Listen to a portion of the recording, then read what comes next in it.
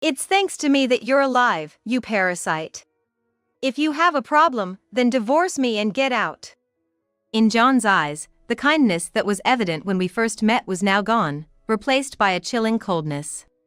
The glasses he wore and the tie around his neck looked rather expensive, making it clear just how self-centered John had become just from his appearance and behavior. Fine, I'll leave. I said that, packed my things, and left immediately. And I vowed to retaliate against John. My name is Linda. I work as an administrative assistant in a company and live with my mother. Although I seem pretty ordinary, there's one thing about me that sets me apart from everyone else. That is, I use a wheelchair. In fact, due to a traffic accident I had in my student days, I had to live my life in a wheelchair, even though I wasn't fatally injured. When I first started using a wheelchair, there was a lot I had to get used to, and it was quite challenging. But, people are resilient, and once you've spent enough time in a wheelchair, you get the hang of it. Sometimes I wonder if this is what folks would call a silver lining in a cloud. To be able to think that way probably means I've come to a good place mentally. But just going to work and coming back home isn't enough to make life fulfilling. So, my favorite pastime was going to the local library in town to read. I've loved books since I was a kid, and even now as an adult, I'm still a bookworm. And that day too, I was at the library. But on that day, there was a medium-sized rock at the entrance for some reason, and I had trouble getting past it. The one who helped me was John. With his help, I could enter the library without a hitch. From then on, I often saw John at the library, and eventually, we started dating and finally got married. And so, I began living with John. But after a while, John made a surprising proposal. Linda, I want you to take good care of our home, and I want you to be my rock. So, I'd like you to be a stay-at-home wife. Please. Wait, a stay-at-home wife? John suddenly pleaded with me to become a stay-at-home wife, but to be honest, I really didn't want to quit my job. But John kept asking me over and over to be a stay-at-home wife, so in the end, I gave in. My colleagues never expected me to resign and tried hard to convince me to stay, but at the time, I prioritized my husband's wish over everything. In fact, just the act of telling the company I wanted to resign was exhausting, and by the time I did resign, I was mentally drained. Since I quit my job, life has felt dull and uninteresting. Out of boredom, I called my old college friend, Alicia, to vent, but she was quite critical of my feelings. In this day and age, where both men and women usually work, husbands who ask their working wives to become stay-at-home wives are rare. Linda, you're blessed, and you should be more grateful for your current situation. Alicia, unlike me, always talks about wanting to quit her job. It was clear that we had contrasting views. I had hoped Alicia might at least pretend to empathize with my frustrations, but she completely shut me down, leaving me feeling lonely. Plus, the allowance John gives me for household expenses is minimal, and I've had to be very frugal. When it wasn't enough, I had to dip into the savings I had accumulated when I was working full-time. Because of that, I was determined to not overspend and started cutting back significantly on my beauty expenses. Still, my savings were dwindling. Watching the balance decrease became a sad daily ritual, leaving me in a sour mood. But I found it hard to voice these concerns to my hardworking family, so I kept silent. So, without my fulfilling job and having to skimp on beauty expenses, the only joy left in my life was borrowing books from the library. Libraries are great, right? Being able to borrow books for free is awesome. At that time, I was more focused on saving money, and the joy of reading was overshadowed by the fact that I was borrowing books for free. It was a bit of a shock to realize how having less money could change one's perspective so much. Nowadays, with streaming services, you can listen to music for free, and there are definitely more free entertainment options than a few years ago. But, no matter how many free entertainment options there are, the reality of having less money still brings down your spirits. Even in such a situation, I still loved John. I didn't want to bring up anything with John that could lead to an argument, even if it meant distancing myself from him. For that reason, I never told John about the lack of household allowance. Instead, I silently endured, escaping reality by immersively reading books while listening to free music. However, after a while, John started coming home late more frequently. Concerned, I asked John, "You've been coming home late recently. Is something wrong?" To which John replied, "Work's been busy, and I've been doing overtime. Sorry for making you worry." Honestly, in this modern age where overtime is becoming rare, I wondered if he could really be working late so often. But, given that I was relying on him for our living expenses, I found it hard to question him further and let the matter slide. But one day, John unexpectedly stayed out overnight. Feeling suspicious, I checked John's phone while he was in the shower. To my dismay, it was full of evidence that John had been cheating on me. Moreover, it seemed that the woman he was seeing had been in a relationship with him even before we got married. Even after finding undeniable proof, I didn't have the courage to confront John about his infidelity. I guess, back then, I was still in love with him and couldn't muster the strength. However, I was hurt by his betrayal and saved the evidence of his affair on my phone. The revelation of John's cheating devastated me. On top of that, there was no sign of him increasing the allowance he gave me. Even though we were married, I wondered why I was the only one enduring such misery. Overthinking the situation gave me migraines, adding to my worries. Life felt so terrible. Yet, every morning, I had to prepare breakfast and lunch for John.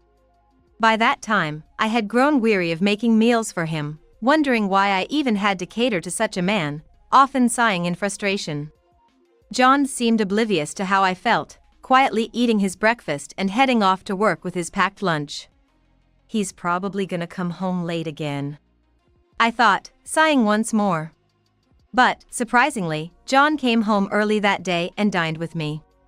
However, he began criticizing me, saying, "The dinner today tastes off.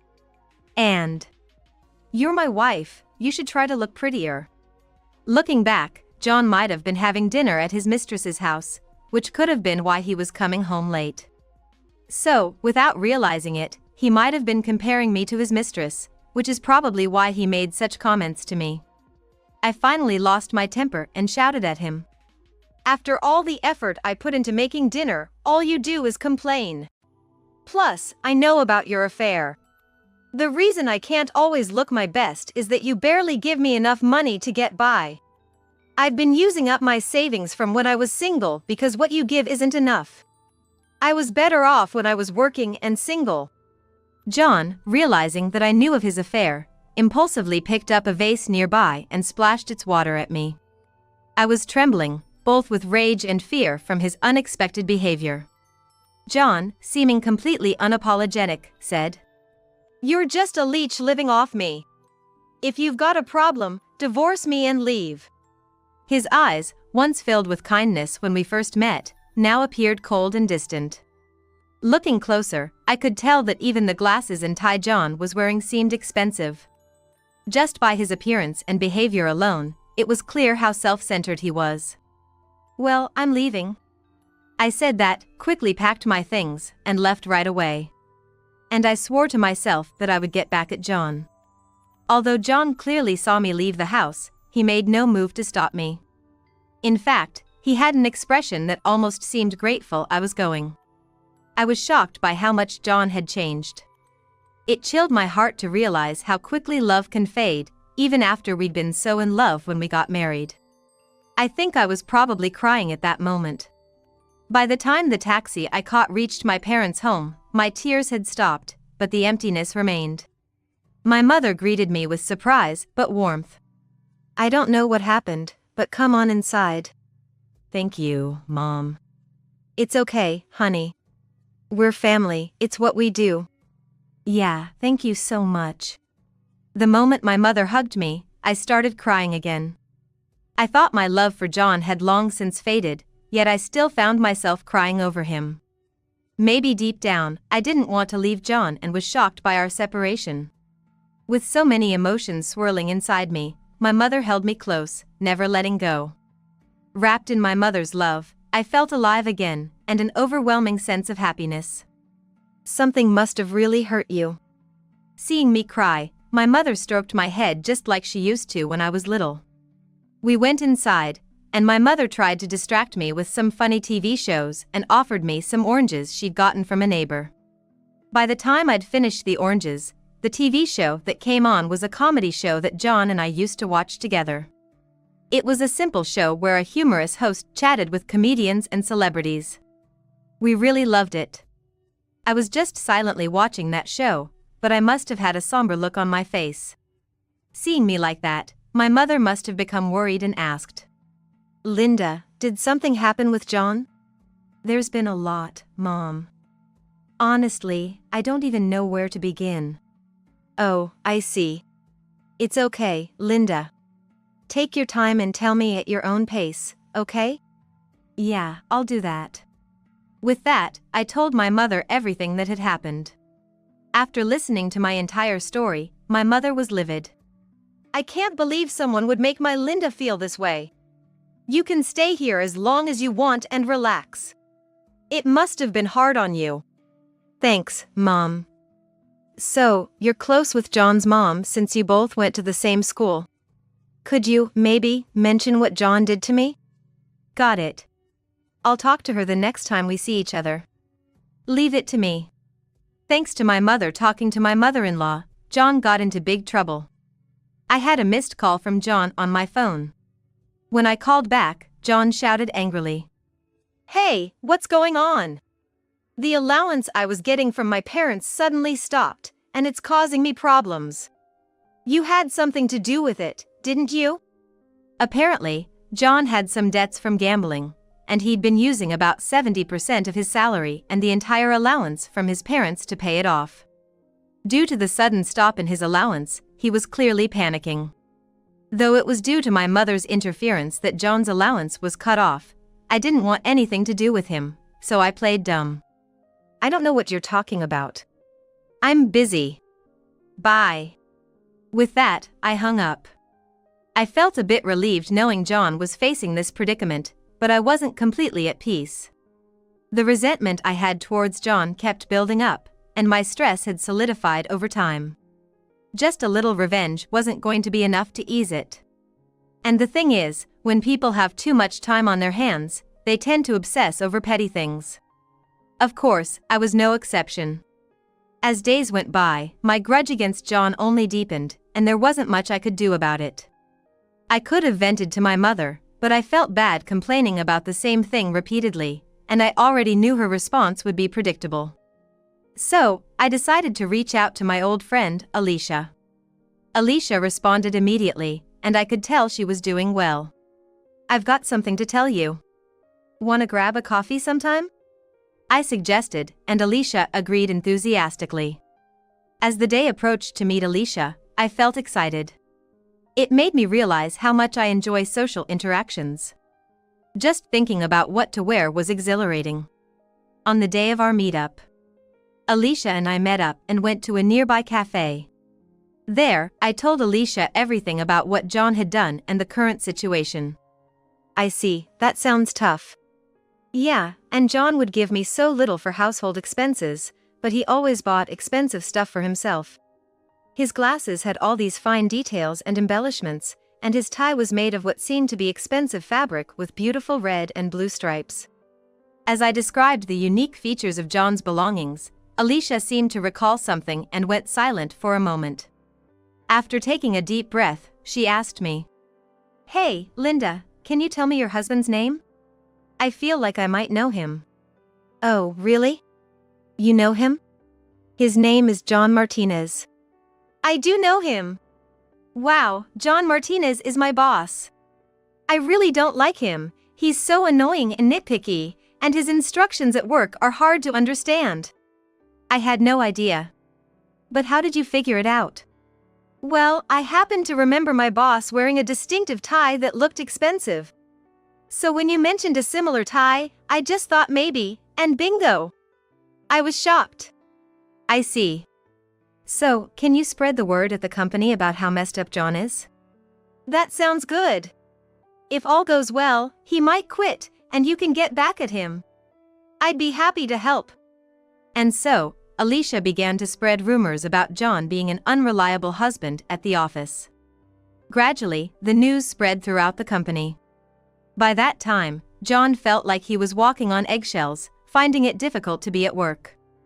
After a while, I started receiving emails from him. The emails were about how he felt uncomfortable at the office and didn't know what to do. For my part, I felt like shouting at John. "Why should I care? If you hadn't done what you did to me, none of this would have happened. It's all your own doing." But I didn't want anything to do with John, so I ignored the emails.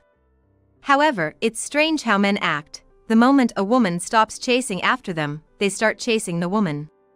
I've read about this phenomenon in many relationship advice books, but I never thought it would actually happen to me. Probably because I had been ignoring John's emails, I received another email from him. "After some thought, I realized that I need you, Linda. I want to discuss our future and try to start over. Please, can we meet?" I could feel the desperation in John's message, and by the time I finished reading, I was completely drained. Even a single email from John could ruin the good mood my mother and Alicia had set for me. Such power he had. Now, how to deal with this email?